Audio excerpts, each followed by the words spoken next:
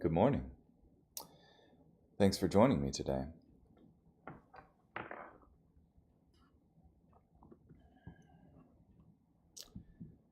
Today we're going to be studying in Esther, chapter 1, verse 1 through chapter 3, verse 15.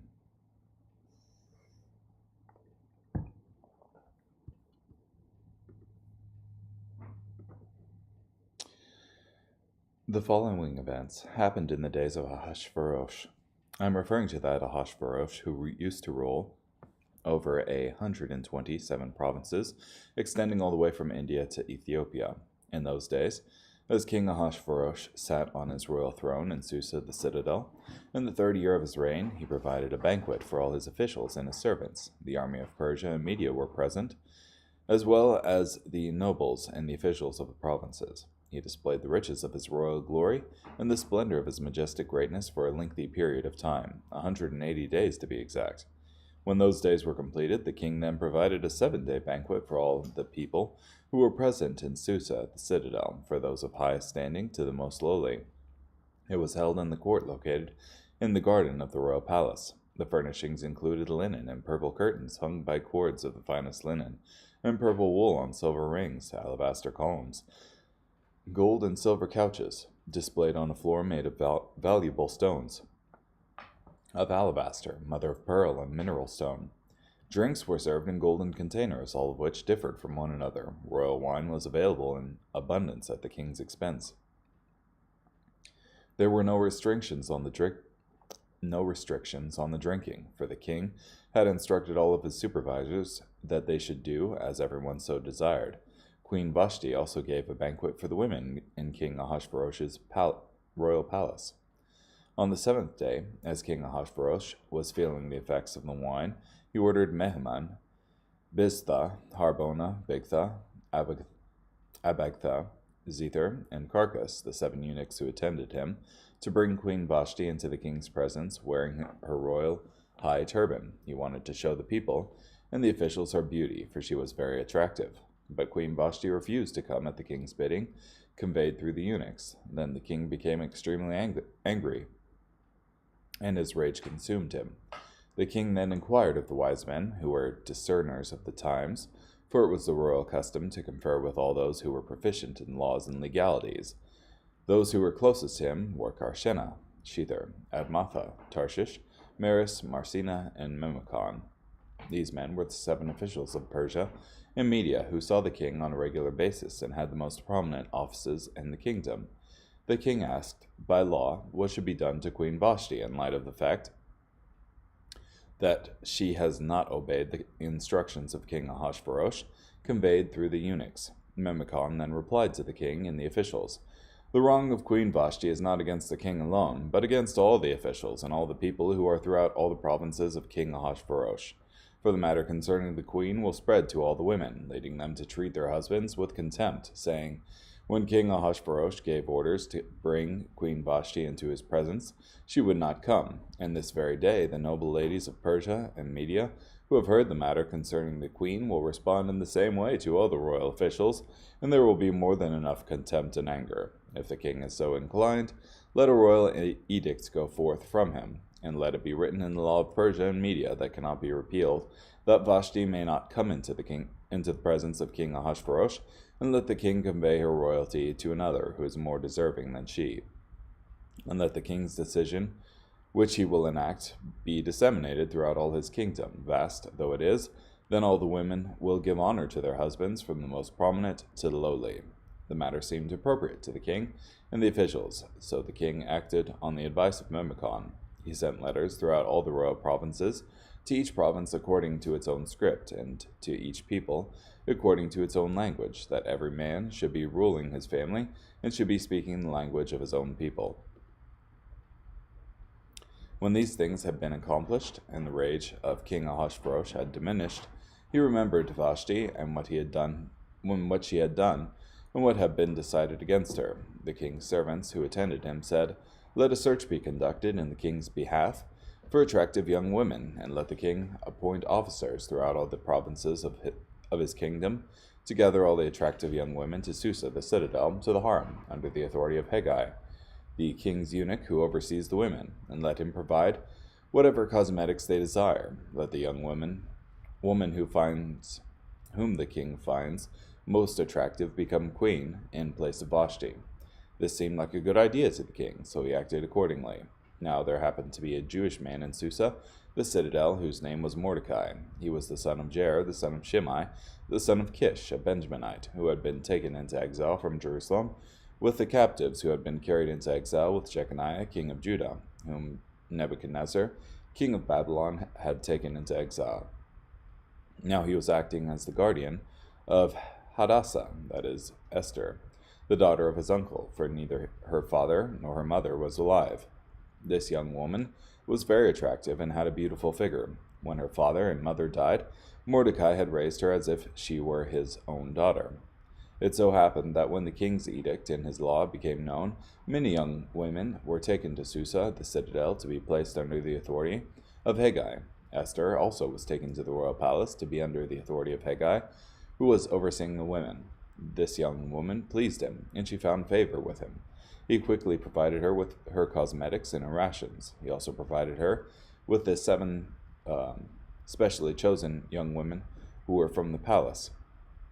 He then transferred her and her young women to the best quarters in the harem. Now Esther had not disclosed her people or her lineage, for Mordecai had instructed her not to do so. And day after day, Mordecai used to walk back and forth in front of the court of the harem in order to learn how Esther was doing and what might happen to her. At the end of the 12 months that were required for the women, when the turn of each young woman arrived to go to King Ahasuerus, for in this way they had to fulfill their time of cosmetic treatment, 6 months with oil of myrrh, and 6 months with perfume and various ointments used by women. The woman would go to the king in the following way. Whatever she asked for would be provided for her to take with her from the harem to the royal palace. In the evening she went, and in the morning she returned to a separate part of the harem, to the authority of Shashgaz, the king's eunuch, who was overseeing the concubines. She would not go back to the king unless the king was pleased with her, and she was requested by name. When it became the turn of Esther, daughter of Abihail, the uncle of Mordecai, who had raised her as if she were his own daughter, to go to the king, she did not request anything except what Hegai, the king's eunuch, who was overseer of the women, had recommended. Yet Esther met with the approval of all who saw her. Then Esther was taken to King Ahasuerus at his royal residency in the 10th month, that is, the month of Tebeth, in the 7th year of his reign. And the king loved Esther more than all the other women, and she met with his loving approval more than all the other young women. So he placed the royal high turban on her head, and appointed her queen in place of Vashti. Then the king prepared a large banquet for all his officials and his servants. It was actually Esther's banquet. He also set aside a holiday for the provinces, and he provided for offerings at the king's expense. Now when the young women were being gathered again, Mordecai was sitting at the king's gate. Esther was still not divulging her lineage or her people, just as Mordecai had instructed her. Esther continued to do whatever Mordecai said, just as she had done when he was raising her. In those days, while Mordecai was sitting at the king's gate, Bigthan and Teresh, 2 of the king's eunuchs, who protected the entrance, became angry and plotted to assassinate King Ahasuerus. When Mordecai learned of the conspiracy, he informed Queen Esther, and Esther told the king in Mordecai's behalf. The king then had the matter investigated, and finding it to be so, had the 2 conspirators hanged on a gallows. It was then recorded in the daily chronicles in the king's presence.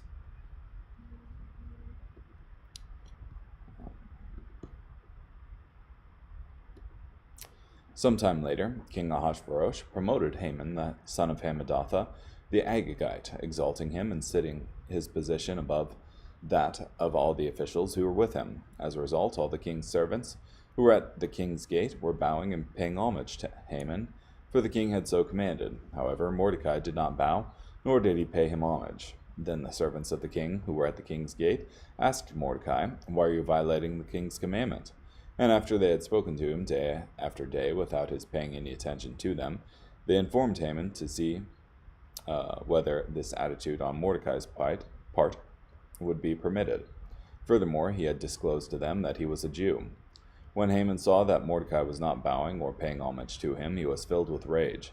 But the thought of striking out against Mordecai alone was repugnant to him, for he had been informed of the identity of Mordecai's people. So Haman sought to destroy all the Jews, that is, the people of Mordecai, who were in all the kingdom of Ahasuerus.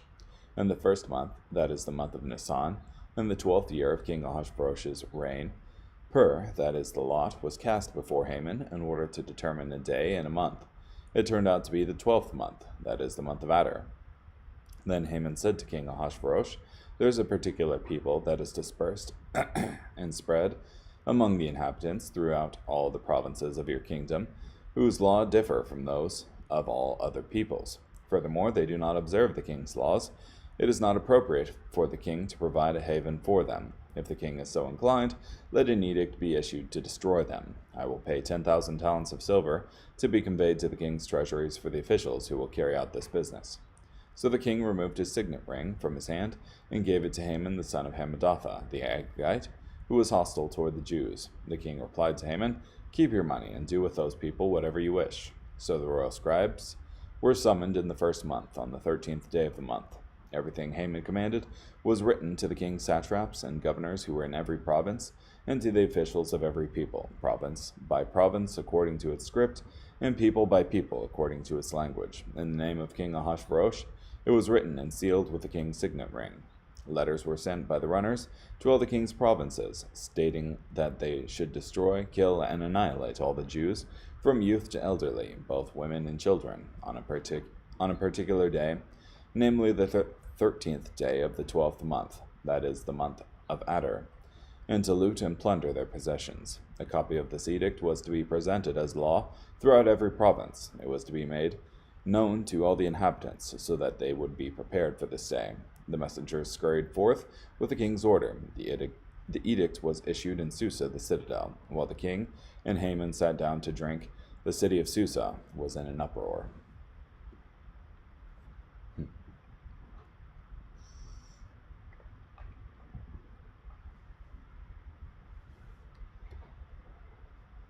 Yeah. So you have this story of the Medes and Persians and this reign of King Ahasuerus with a huge banquet being thrown for half the year, 180 days and 7 more days. Queen Vashti's refusal to come to the king, and then Vashti's successors were sought out. Well, successor was sought out, and Esther was chosen. And then you have Haman's plot against the Jews from Mordecai's refusal to bow down and exalt Haman. So, pretty narrative heavy. Anywho, carrying on, 1 Corinthians chapter 11, verses 17 through 34. Now, in giving the following instruction, I do not praise you, because you come together, not for the better, but for the worse. For in the first place, when you come together as a church, I hear that there are divisions among you, and in part I believe it. For there must in fact be divisions among you, so that those of you who are proved may be evident. Now, when you come together at the same place, you're not really eating the Lord's Supper, for when it is time to eat, everyone proceeds with his own supper. One is hungry, and another becomes drunk. Do you not have houses, so that you can eat and drink? Or are you trying to show contempt for the church of God by shaming those who have nothing? What should I say to you? Should I praise you? I will not praise you for this. For I received from the Lord what I also passed on to you, that the Lord Jesus, on the night in which he was betrayed, took bread, and after he had given thanks, he broke it, and said, "This is my body, which is for you. Do this in remembrance of me." In the same way, he also took the cup after supper, saying, "This cup is the new covenant in my blood. Do this every time you drink it, in remembrance of me. For every time you eat this bread and drink the cup, you proclaim the Lord's death until he comes. For this reason, whoever eats the bread or drinks the cup of the Lord in an unworthy manner will be guilty of the body and blood of the Lord. A person should examine himself first, and then this way let him eat the bread and drink of the cup. For the one who eats and drinks without careful regard for the body eats and drinks judgment against himself. That is why many of you are weak and sick, and quite a few are dead. But if we examined ourselves, we would not be judged. But when we are judged by the Lord, we are disciplined, so that we may not be condemned with the world. So then, my brothers and sisters, when you come together to eat, wait for one another. If anyone is hungry, let him eat at home, so that when you assemble, it does not lead to judgment. I will give directions about other matters when I come.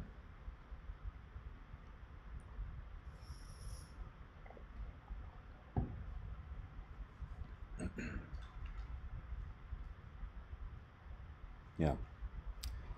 So, oftentimes, when the early church was meeting together, they would have meals. And apparently many times the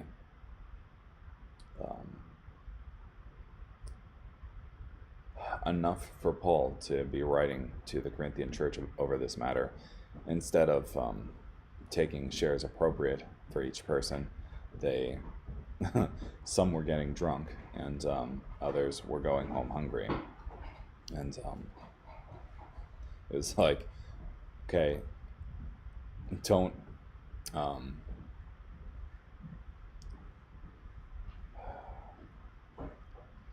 be considerate of the body of Christ when you're getting together like this. And yeah, wait for one another.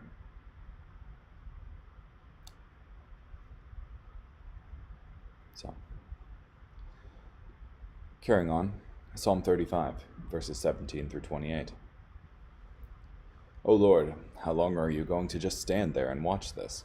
Rescue me from their destructive attacks, guard my life from the young lions. Then I will give you thanks in the great assembly. I will praise you before a large crowd of people. Do not let those who are my enemies for no reason gloat over me. Do not let those who hate me without cause carry out their wicked schemes, for they do not try to make peace with others, but plan ways to deceive those who are unsuspecting. They are ready to devour me. They say, Aha, aha, we've got you. But you take notice, Lord. O Lord, do not remain far away from me. Rouse yourself, wake up and vindicate me, my God, and Lord, defend my just cause. Vindicate me by your justice, O Lord my God. Do not let them gloat over me. Do not let them say to themselves, Aha, we have what we wanted. Do not let them say, We have devoured him. May those who want to harm me be totally embarrassed and ashamed.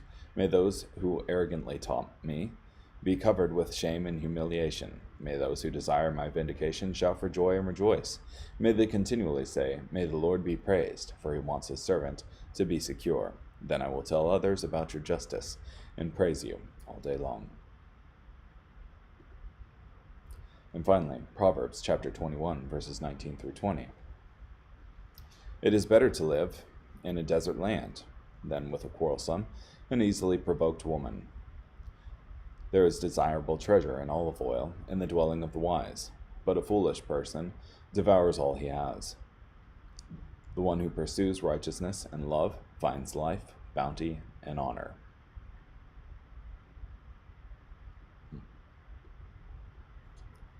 Cool. Well, thank you for joining me today. I hope you have a great day. Bye.